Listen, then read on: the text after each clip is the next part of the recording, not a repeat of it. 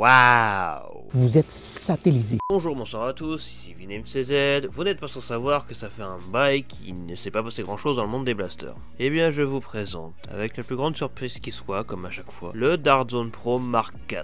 Combien? Oui, il y a donc désormais un quatrième Mark. On connaissait le Mark 1, qui était ni plus ni moins que le Nexus Pro avec des stéroïdes. Bon, en fait, c'est l'inverse, c'est le Nexus Pro qui est un Mark 1 moins performant pour qu'il soit moins cher, mais passons. Le tout avec ses évolutions, donc Mark 1.1, 1.2, 1.3, ça n'existe pas, il y aura peut-être un jour. Le Mark 2 qui est un pistolet backup, donc il y a le Mark 2, le Mark 2.1, c'est comme ça, il y a des évolutions dans cette gamme. Et le Dartzone Pro Mark 3, donc le fusil d'assaut, qui n'a qu'une seule version, mais ça ne m'étonnerait pas qu'un jour on ait un Mark 3.1. Et donc aujourd'hui, le Dartzone Pro Mark 4. Vous allez me dire, mais pourquoi ne pas avoir fait une énième version du Mark 1, le Mark 1.3 du coup, parce que ça y ressemble. Fusil à pompe avec un chargeur et tout ça. Oui, mais là c'est différent. Il y a quelques secondes, j'ai dit que le Mark 1 c'était littéralement un Nexus Pro avec des stéroïdes.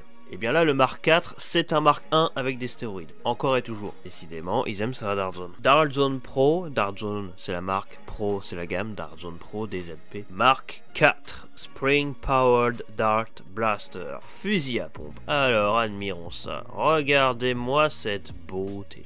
Et je remercie Dartzone d'ailleurs qui me laisse le privilège d'annoncer en avant-première ce blaster qui est le Mark IV. Donc ici nous avons le blaster en 3D, il existera en deux couleurs, en rouge et en bleu ciel parce que pourquoi pas quitte à être multicolore. Et vous allez voir que ça cache beaucoup de surprises et je vais vous montrer tout ça en avant-première. On voit même l'intérieur du canon, ils ont pas fait les choses à moitié. C'est un modèle 3D, il y aura un lien dans la description si vous souhaitez le voir. Alors ne perdons pas plus de temps et passons à la présentation car c'est ça que vous voulez. Et après je vous laisserai faire confiance aux youtubeurs américains pour le présenter en avant-première parce que pour qu'on puisse voir ça en France de façon libre. Alors c'est la fête, hein, on nous parle de 200 FPS, un peu comme le Mark 1.2 à sa puissance maximale, là on parle de base. Tire jusqu'à 125 pieds, 125 pieds c'est quoi 125 pieds? Quarantaine de mètres, si ce n'est plus. Capacité de 15 fléchettes, donc c'est des chargeurs short dart, c'est l'une des différences. L'une des différences donc avec le Mark 1, c'est que le Mark 1 lui est compatible long dart et short dart, les deux. Ici Dartzone ont tout simplement décidé de rentrer dans la bataille de la concurrence en faisant des gros fusils à pompe méga balèzes avec un gros ressort et un chargeur exclusif short dart. Donc Dartzone finalement ont décidé de faire ce style de fusil à pompe uniquement compatible avec les short dart, un peu comme une autre marque l'avait fait juste avant.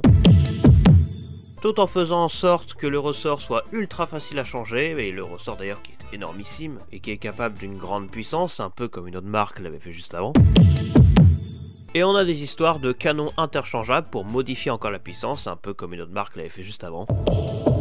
Tout en créant un énième type de fléchette pour encore plus augmenter les performances ainsi que la qualité du tout, un peu comme une autre marque l'avait fait juste avant. Mais il va la fermer sa gueule! Voilà, donc Worker hein, pour ceux qui n'ont pas compris, avec le arrière, le Swift, tout ça. Alors laissez-moi vous faire un petit tour. Nous avons à l'avant un immense canon qui contient un faux canon métallique, donc pour augmenter les performances, ainsi que la précision, ce n'est pas juste un bout de plastique, c'est pas un canon Nerf. Nous avons un canon Scar,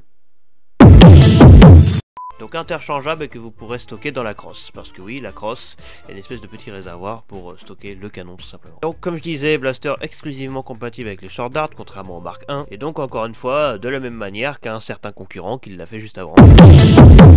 Ok, j'arrête. Un viseur modifiable, quelque chose qu'on voit de plus en plus fréquemment, on peut le rabaisser, le relever, l'enlever, puisqu'on a un rail style Picatinny, comme bien souvent avec les blasters pro. On peut également régler le této qui est intégré à l'intérieur, donc on peut le lever, le descendre, bref, beaucoup de choses à modifier là-dedans. Il y en a deux bien sûr, hein, un à l'avant, un à l'arrière, parce qu'on est logique chez Dartzone.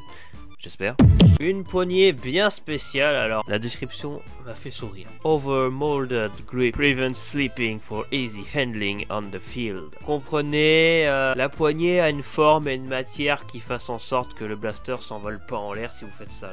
D'accord. Bref, une poignée travaillée avec une certaine forme et une certaine matière pour éviter que votre main glisse. Ouais, ça m'a toujours fait rire ce genre de choses parce que pour moi une poignée c'est ça doit être comme ça de base une poignée. Le ressort est changeable et Dartzone ont complètement pété un câble. C'est-à-dire qu'en gros le système dans le blaster va dans la crosse.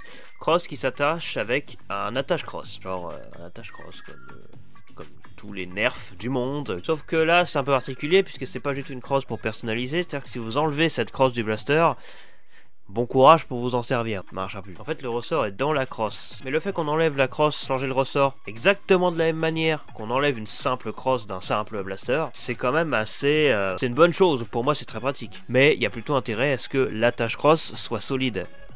Parce que si ça pète, bon. D'accord. Après c'est Dark Zone, hein, je les vois mal faire un truc pourri comme ça. Donc nous verrons cela, mais c'est une disposition assez intéressante. On nous indique ici pouvoir passer de 200 à 120 fps, car oui, comme bien souvent, on a plusieurs ressorts. Un qui est dur, donc pour 200 fps, et un qui est faible, de 120 fps. Ce qui rappelle fortement une autre marque qui avait fait à peu près la même chose. Je dis pas que c'est nul, hein, au contraire c'est très bien, si ça devient une norme de faire ça, moi je veux bien. Et donc on a cette histoire, qui me convainc à moitié. Featuring Bamboo 2X darts for maximum accuracy. Alors, bon, sûr, ça veut pas dire qu'avec 2 fléchettes fournies avec. Non, c'est le nom. On avait les fléchettes Bamboo de chez Dark Zone, qui étaient exclusives au Dark Zone Pro Mark 1, premier du nom. Puis les fléchettes Bamboo 2.0, celles fournies avec absolument tous les autres Dark Zone Pro. Ils sont très précis, très solides, super, j'adore, ça fait plaisir. Bref, des fléchettes d'une précision et d'une puissance exceptionnelle, on adore. Tire jusqu'à 125 feet, 125 pieds, bon ça c'est des chiffres précis mais évidemment ça dépend du blaster. Et donc là on nous parle du Bamboo 2X, donc un troisième type de fléchettes bambou qui sont, spoiler, les fléchettes bambou 2.0 qu'on connaît, sauf qu'elles ont été améliorées. Ouais, version refinée pour une performance supérieure, j'ai la flemme de traduire. Les fléchettes bambou 2X, 2X, vous appelez comme vous voulez, j'aime bien 2X, ça sonne bien. Conçues par Dark Zone eux-mêmes, voilà, 100% Dark Zone, aucune copie sur une autre marque. Performance élevée avec une précision et une exactitude exceptionnelle qui rappelle fortement les bambous d'art de base, enfin les 2.0 du coup de base. Pareil, il y aura un lien dans la description si vous êtes intéressé par voir ça. Ouais. Mais ne perdons pas notre temps sur les fléchettes. Attardons-nous maintenant sur le blaster lui-même, sur son apparence, sur tout le reste. Alors déjà, chose intéressante, le chargeur fourni avec est transparent. C'est-à-dire qu'on pourra voir absolument toutes les fléchettes dedans et donc ça pourrait être relativement pratique pour voir si on est vide ou pas. Il y a 15 fléchettes dans le chargeur et 30 fléchettes Short Dart Bamboo 2X fournies avec. J'espère que je vous ai pas perdu. Alors déjà, on commence par ça, la taille du blaster. Il est énorme. Ce mec n'est probablement pas petit, et donc ce blaster est très probablement très long. On n'a pas la taille précise, mais je m'attends à un mastodonte. Fiez-vous à la taille du chargeur. Un chargeur, c'est ça. Donc, ouais, c'est long. On a donc la boîte du blaster qui change tout le temps. Dark Zone ont cette manie de tout le temps changer les boîtes. Dark Zone Pro Mark 4. Et il faut savoir que le nom officiel du blaster, on ne sait pas si c'est Mark 4.0 ou Mark 4. Mais en tous les cas, 4.0 ou 4, c'est pareil, c'est le Mark 4. Ça, c'est bien pour nous indiquer finalement qu'il y a des mises à jour. Hein, vous voyez, le Mark 1 par exemple, il y a le Mark 1, le Mark 1.1, le Mark 1.2. Donc il y a des mises à jour. Là, c'est 0.0 parce que c'est le premier. Alors, attardons-nous un peu plus dessus. Qu'est-ce qu'on peut voir comme détail plutôt intéressant? Déjà, l'arrière du blaster. Je ne sais pas si c'est du pur plastique ou s'il y a une espèce de caoutchouc comme sur la poignée. On voit ici donc le ressort, rien nous dit c'est lequel. Ce tube là ici est très probablement en métal. On a l'énorme pompe dont le confort laisse à désirer. Je ne sais pas si ce sera confortable finalement. Je pense que oui, car Dark Zone généralement font de plutôt bonnes poignées. On voit pas très bien parce que la qualité n'est pas non plus exceptionnelle. On a très probablement Dark Zone quelque part écrit, je ne sais pas. Pro qui est peint ou non, parce que généralement Dark Zone n'utilise jamais de peinture. Il faut en sorte que ce soit comme ça de base. Donc c'est peut-être creusé dans le blaster et que derrière c'est métallique qui est écrit Pro quoi. On voit pas, mais ici il y a écrit MK-4.0, donc MK pour marque. Dans la langue américaine, dans la langue anglaise, MK ça veut dire marque. Les deux organes de visée, la poignée, l'énorme canon. On peut voir l'intérieur, ce qui est plutôt intéressant. L'organe de visée, tiens ça m'intéresse, qu'est-ce que ça donne? Alors il serait donc réglable. Ah oui d'accord, donc au milieu on a bien un cercle ici, et donc à l'avant d'organe de visée plus simple, d'accord. Et donc pour détacher la crosse, c'est bel et bien un attache-crosse, littéralement comme sur Nerf. Sauf que là c'est pour changer le ressort. Donc plutôt intéressant. Ici ça semble être la sécurité, et là pour enlever le chargeur. Et puis là des dents pour tirer bien sûr.